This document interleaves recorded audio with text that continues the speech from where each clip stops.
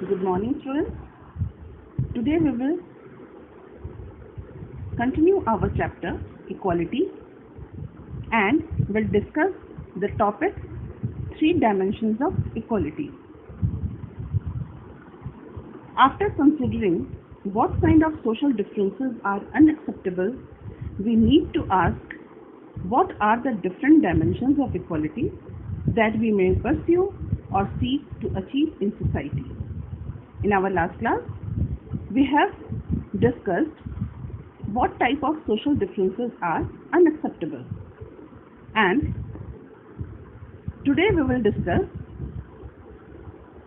what are the different dimensions of equality by which we can achieve equality in the society. By identifying different kinds of inequalities that exist in society, various thinkers and ideologies have highlighted 3 main dimensions of equality, namely political, social and economic. तो हमने कौन से 3 तरह के dimensions देखे equality के? Political equality, social equality and economic equality. और जो थ्योरिस्ट हैं उनका ये मानना है कि ये जो 3 डायमेंशंस हैं हमारी इक्वालिटी के, इन तीनों को परस्यू करके, इन तीनों को स्टैब्लिश करके सोसाइटी में we can find a just and equal society, equitable society. Okay, so it is only by addressing, so now the question is that only by addressing each of these 3 different dimensions of equality can we move towards a more just and equal society. क्या इन तीनों, ये जो 3 dimensions हैं equality के, इन तीनों को achieve कर लेने से क्या हम इक्वल सोसाइटी की तरफ मूव ऑन हो सकते हैं? हम एक ज़्यादा इक्वल सोसाइटी को गेन कर सकते हैं? This is the question. So first of all we have to understand what is political equality, what is social equality and what is economic equality. और साथ ही साथ हम ये भी देखेंगे कि किस तरह से इन पॉलिटिकल इक्वालिटी, सोशल इक्वालिटी और इकोनॉमिक इक्वालिटी को अचीव करके हम एक इक्वल सोसाइटी को अचीव कर सकते हैं. तो first of all political equality. In democratic society political equality would normally include granting equal citizenship to all the members of the state. Country के सारे लोगों को अगर इक्वल सिटीजनशिप अगर मिल जाए तो हम ये मान लेते हैं कि वहाँ पर पॉलिटिकल इक्वालिटी है. जैसा कि सिटीजनशिप चैप्टर में भी हम देखेंगे कि अगर किसी कंट्री में लोगों को इक्वल सिटीजनशिप है, इक्वल राइट्स मिले हुए हैं सारे सिटीजन को, जैसे वोटिंग राइट वगैरह, तो हम ये कहते हैं कि वहाँ पर पॉलिटिकल इक्वालिटी है. Equal citizenship brings with it certain basic rights such as the right to vote, freedom of expression, movement and association and freedom of belief. ठीक है, पॉलिटिकल इक्वालिटी हम क्यों कहते हैं अगर सबको इक्वल सिटीजनशिप मिला है? क्योंकि सिटीजनशिप जैसे ही हमें मिलता है तो हमें उस कंट्री के अंदर वोटिंग राइट भी मिल जाता है, हमें फ्रीडम ऑफ एक्सप्रेशन मिल जाता है, हम उस कंट्री में कहीं भी मूव कर सकते हैं, हम एसोसिएशन बना सकते हैं और हम अपने मतलब चॉइस के अकॉर्डिंग हम किसी भी बिलीव को फॉलो कर सकते हैं.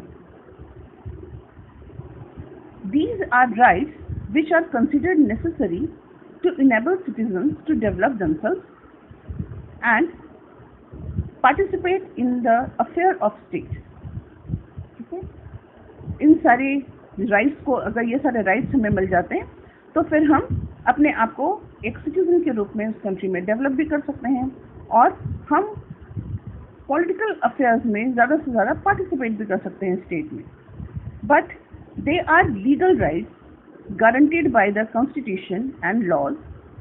We know that considerable inequalities can exist even in countries which grant equal rights to all citizens. As a citizen, हमें जो राइट्स मिले हुए हैं वो एक तरह से कॉन्स्टिट्यूशनल राइट्स हैं जो हमें कॉन्स्टिट्यूशन की तरफ से गारंटीड हैं। और हमने ये भी देखा है कि बहुत सारी कंट्रीज में उनके जो सिटीजन्स हैं उनको इक्वल राइट्स जो है वो प्रोवाइडेड नहीं है। These inequalities are often the result of differences in the resources and opportunities which are available to citizens in the social and economic spheres. हम ये जानते हैं कि कॉन्स्टिट्यूशन की तरफ से इक्वल राइट्स मिलने के बाद भी ये राइट्स जो हैं केवल एक तरह से लिखे हुए हैं। इन प्रैक्टिकल लाइफ बहुत सारे सिटीजन्स को इक्वल राइट्स जो हैं वो प्रोवाइडेड नहीं हैं। और इस तरह की जो इनइक्वालिटीज़ हैं वो इसलिए है क्योंकि बहुत सारे लोग जो कंट्री में हैं उनको रिसोर्सेज नहीं मिल पाते, उनको इक्वल अपॉर्चुनिटीज़ नहीं मिलती, और इक्वल अपॉर्चुनिटी नहीं मिलने की वजह से वो सोशल एंड इकोनॉमिक स्फीयर में कहीं ना कहीं इक्वल नहीं हो पाते।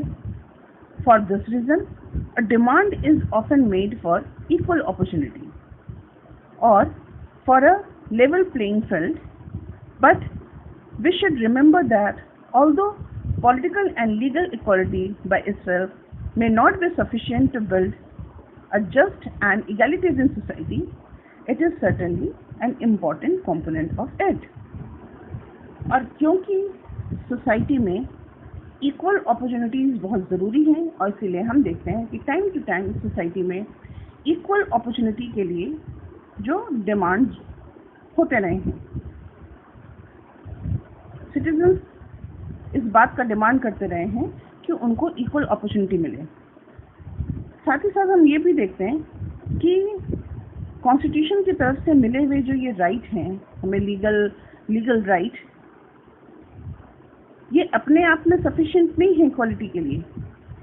केवल कॉन्स्टिट्यूशन में लिख देने से हमें इक्वालिटी नहीं मिल जाती, लेकिन फिर भी ये एक इगैलिटेरियन सोसाइटी को एस्टैब्लिश करने के लिए बहुत ही इम्पोर्टेंट कंपोनेंट है।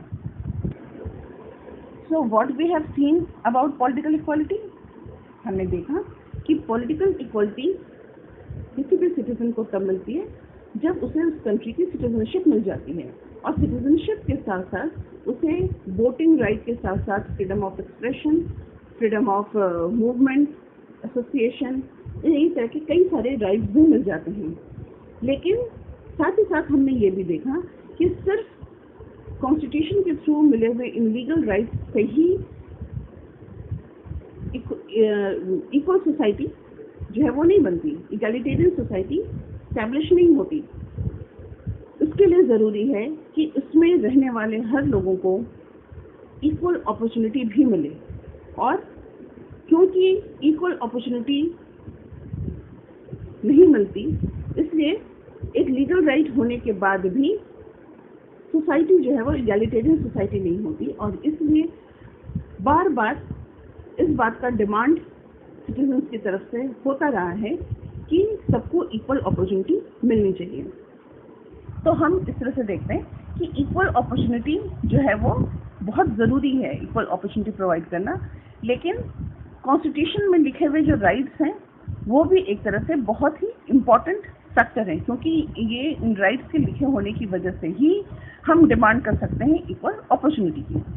अब हम डिस्कस करेंगे सोशल इक्वालिटी। सोशल इक्वालिटी के लिए क्या चीज़ें ज़रूरी हैं। पॉलिटिकल इक्वालिटी और equality before law is an important first step in the pursue of equality, but it is often need to be supplemented by equality of opportunity. ठीक है, हमने देखा कि पॉलिटिकल इक्वालिटी के लिए ज़रूरी है कि रूल ऑफ लॉ हो। रूल ऑफ लॉ मीन्स कि every person is equal before law, सबके साथ एक जैसा लॉ ट्रीट करे, तो हम कहते हैं कि वहाँ पर रूल ऑफ लॉ है। ठीक है, तो रूल ऑफ लॉ और साथ ही साथ इक्वालिटी ऑफ अपॉर्चुनिटी प्रोवाइड होना बहुत ज़रूरी है. While the former is necessary to remove any legal hurdle which might exclude people from a voice in government and deny them access to available social goods, the pursuit of equality requires that people belonging to different groups and communities also have a fair and equal chances to compete for these goods and opportunities.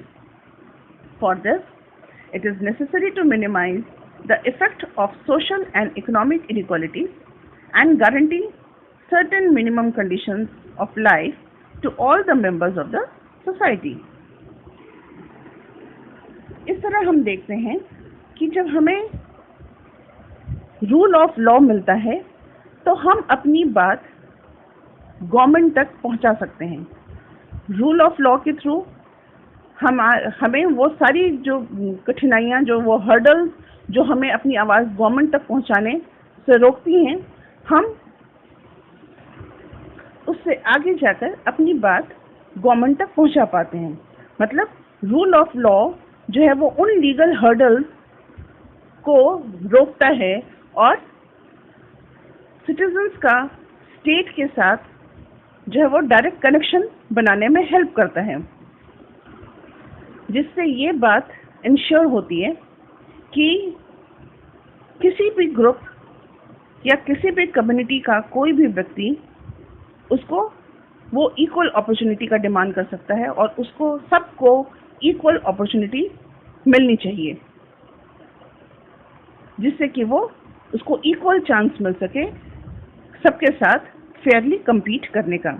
And for this, it is necessary to minimize the effect of social and economic inequalities and guarantee certain minimum condition of life to all the members of the society.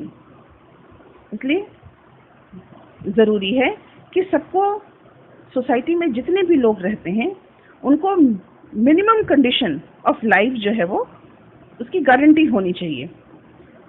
और minimum condition of life क्या है? वो है adequate health care, जिससे कि वो स्वस्थ रह सकें. The opportunity of good education, जिससे सबको एजुकेशनल फैसिलिटीज़ जो हैं वो प्रोवाइड हो सकें. Adequate nourishment and minimum wage among other things. ठीक है, तो इसलिए जो मिनिमम रिक्वायरमेंट हैं वो ज़रूरी हैं, जिससे कि इक्वल अपॉर्चुनिटी सबको प्रोवाइड हो सके. In the absence of such facilities it is exceedingly difficult for all the members of the society to compete on equal terms. भाई अगर किसी को एजुकेशन नहीं मिलेगा या किसी को मिनिमम वेज नहीं मिलेगा या फिर किसी को प्रॉपर नरिशमेंट नहीं मिलेगा और वो फिट एंड फाइन ना रहे, अगर वो हेल्थ केयर प्रोवाइड अगर उसको नहीं होता है, तो फिर वो इक्वल टर्म्स पे सबके साथ compete नहीं कर सकता. और ऐसे में अगर सबको इक्वल अपॉर्चुनिटी नहीं मिल पाती तो हो सकता है कि सोसाइटी में जो टैलेंट है वो प्रॉपर तरीके से यूज़ ना हो पाए और वो वेस्ट हो जाए. In India a special problem regarding equal opportunities come not just from lack of facilities but from some of the customs which may prevail in different part of the country or among different group. Equal opportunity हमारे India में नहीं मिल पाने के पीछे कई बार reason ये नहीं है कि फैसिलिटीज़ अवेलेबल नहीं हैं, बल्कि रीज़न ये है कि बहुत सारी चीज़ें जो हैं वो हमारे कस्टम में, हमारे प्रैक्टिसेस में हैं, जिसकी वजह से बहुत सारे लोगों को वो इक्वल अपॉर्चुनिटी नहीं मिल पाती. For instance, women may not enjoy equal rights of inheritance in some group, or there may be social prohibition regarding their taking part in certain kinds of activity. क्योंकि वो वुमेन है, girls. भाई अगर कई बार society में ये भी देखने को मिला है कि हायर स्टडीज़ के लिए गर्ल्स को इक्वल अपॉर्चुनिटी नहीं मिल पाती. जॉब से रिलेटेड इसमें इक्वल अपॉर्चुनिटी नहीं मिल पाती, ठीक है। या तो फिर जैसे कॉल सेंटर है, रात का टाइम है, तो उसमें भी गर्ल्स को परमिशन नहीं मिल पाती घर से कि वो जॉब करें, और इस तरह से इक्वल अपॉर्चुनिटी हम कहें तो गर्ल्स को नहीं मिल पाती। They may even be discouraged from obtaining highest education. The state has a significant role in such a matter. It should make policies to prevent discrimination or harassment of women in public places. और ये सारी जब equal opportunities नहीं मिल पाती तो obviously equal society नहीं बन पाएगी, और ऐसे में गवर्नमेंट के लिए ये नेसेसरी है कि वो अपनी पॉलिसीज ऐसे बनाए और इस तरह के प्रोटेक्शन प्रोवाइड करें जिससे कि वुमेन का हरासमेंट, उनके बीच का जो डिस्क्रिमिनेशन है वो कम हो और उन्हें भी इक्वल अपॉर्चुनिटीज प्रोवाइडेड हो एम्प्लॉयमेंट में या फिर दूसरे एरियाज में। But social groups and individuals also have a role to play in raising awareness and supporting those who want to exercise their rights.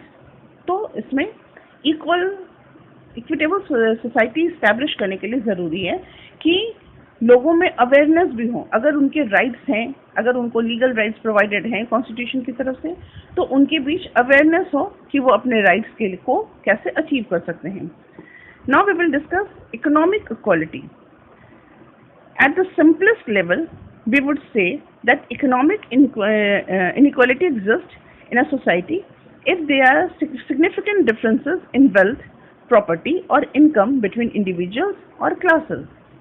एक ग्रुप है जिसके पास बहुत पैसा है, वो सारी फैसिलिटीज एंजॉय करता है, तो हम कहते हैं कि वो रिच है, और एक ग्रुप है जिसको कि बेसिक रिक्वायरमेंट्स जो वो नहीं अचीव कर पाता।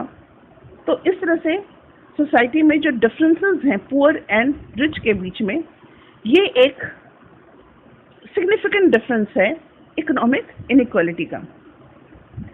One way of measuring the degree of economic inequality in a society would be to measure the relative differences between the richest and poorest group. ठीक है, अब हम ये देखें कि किस सोसाइटी में जो इकोनॉमिक इनइक्वालिटी कितनी है, तो इसको क्या मेजर किया जा सकता है, और इसको अगर मेजर किया जा सकता है तो वो मेजर करने का जो क्राइटेरिया है वो क्या होगा।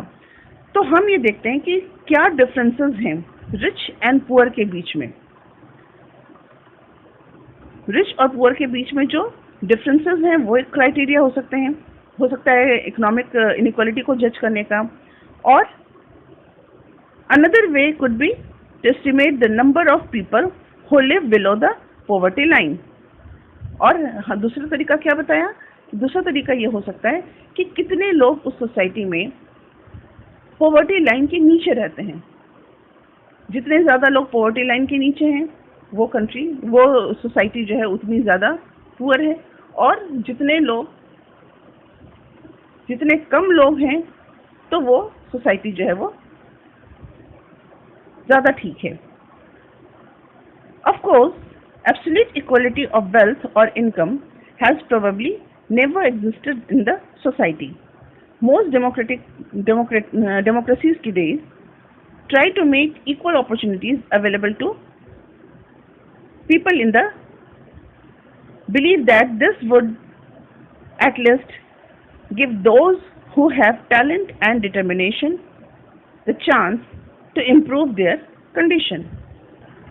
हम ये भी देखते हैं कि किसी भी सोसाइटी में इक्वलिटी ऑफ वेल्थ और इनकम जो है वो एब्सोल्यूट नहीं होता।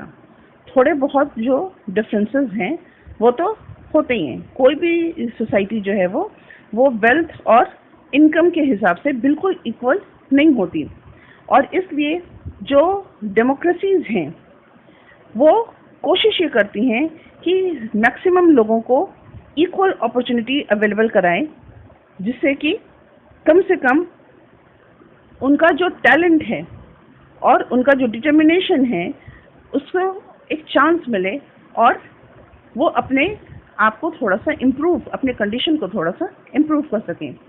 With equal opportunities, inequalities may continue to exist between individuals, but there is the possibility of improving one's position in society with sufficient effort. अगर किसी सोसाइटी में इनइक्वालिटी है लेकिन वहाँ पर इक्वल अपॉर्चुनिटी प्रोवाइड हो रही है, तो भी बहुत सारे चांसेस ऐसे हैं कि वहाँ के लोगों को इम्प्रूवमेंट की पॉसिबिलिटीज होती है। वहाँ पर इक्वल अपॉर्चुनिटीज के साथ इनइक्वालिटीज जो हैं वो हो सकता है कि सोसाइटी में एग्जिस्ट कर रही हों, बट इसकी भी पॉसिबिलिटी है कि वो जो इक्वल अपॉर्चुनिटी मिल रही है उससे आने वाले समय में जो इंडिविजुअल्स हैं वो अपने आप को इम्प्रूव कर सकते हैं, वो सोसाइटी में अपनी पोजीशन को अपने एफर्ट के थ्रू इम्प्रूव कर सकते हैं। Inequalities which are entrenched, that is, which remain relatively untouched over generation, are more dangerous for a society. अब साथ ही साथ ये भी है कि वो इनइक्वालिटी जो कि entrenched है, मीन्स बहुत सालों से सोसाइटी में एग्जिस्ट कर रही है और वो उसको टच नहीं किया गया है, मतलब एज इट इज एक्सेप्ट किया गया है, इस तरह की जो इनइक्वालिटी है वो ज़्यादा डेंजरस फॉर्म है।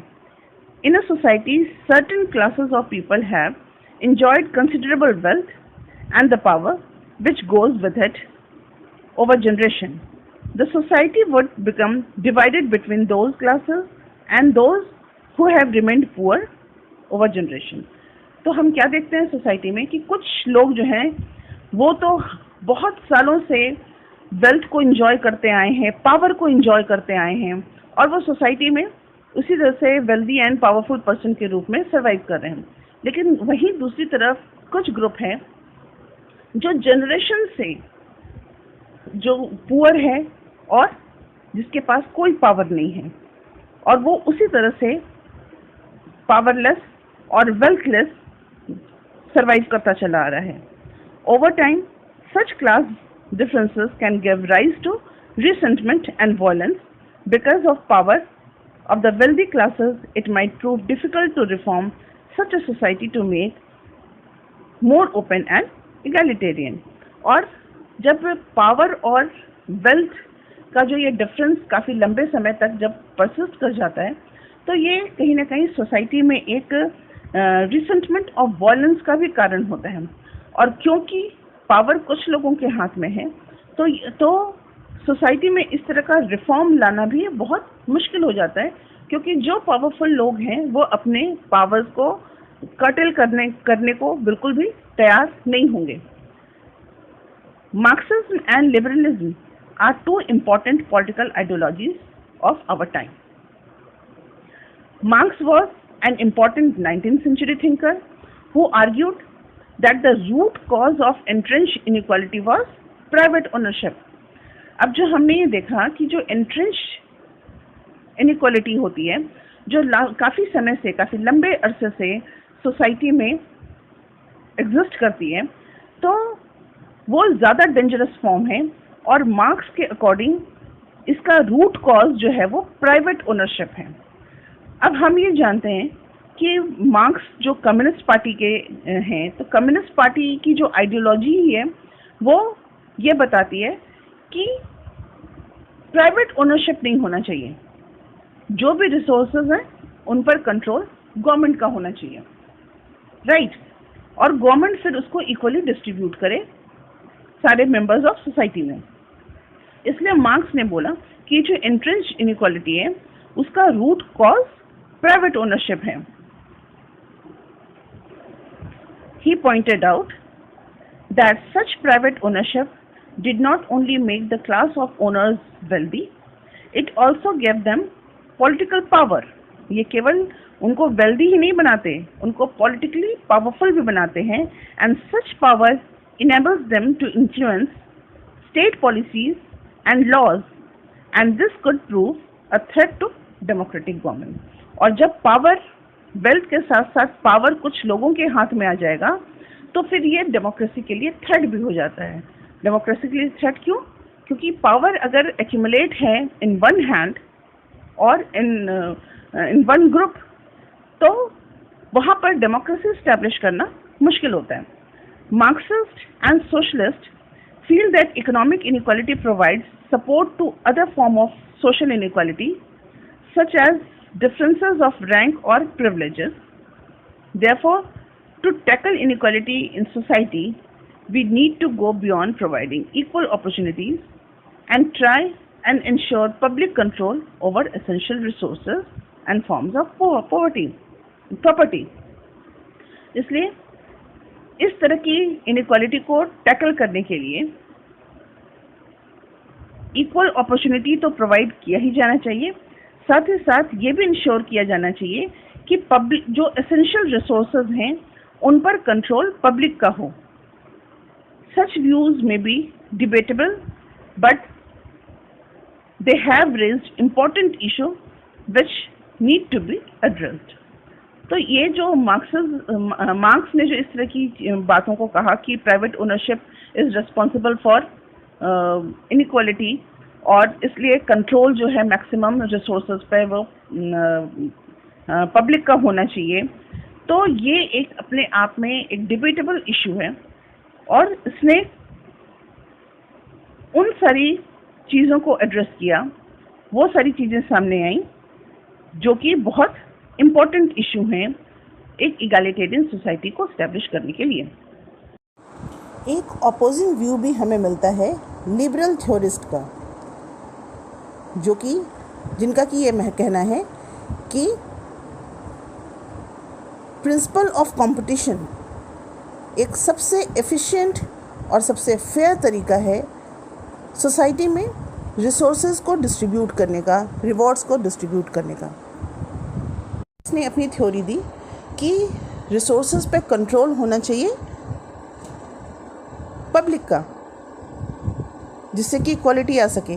वहीं दूसरी तरफ एक अपोजिंग पॉइंट ऑफ व्यू है लिबरल्स का, जो कि ये कहते हैं कि प्रिंसिपल ऑफ कंपटीशन जो है वो होना चाहिए जिसके थ्रू रिसोर्सेज का डिस्ट्रीब्यूशन जो है वो सोसाइटी में हो सके. And they believe that while states में have to intervene to try and ensure a minimum standard of living and equal opportunities for all, this cannot by itself bring equality and justice to society. और liberals का ये भी मानना था कि state जो है वो ऑलरेडी इंटरवीन कर रही है और वो इंश्योर करने की कोशिश करती है कि सभी लोगों को मिनिमम स्टैंडर्ड ऑफ लिविंग मिले और इक्वल अपॉर्चुनिटी मिले, लेकिन ये सिर्फ अपने आप में एक इक्वालिटी और जस्टिस के लिए काफ़ी नहीं है. Competition between people in free and fair condition is the most just and efficient way of distributing rewards in the society. Liberals का क्या कहना है कि कंपटीशन के थ्रू इसके पास ज़्यादा टैलेंट है, वो उसको अगर मौका मिले सामने आने का, तो इसके थ्रू ये सबसे जस्ट और एफिशिएंट वे है सोसाइटी में रिसोर्सेज के डिस्ट्रीब्यूशन का.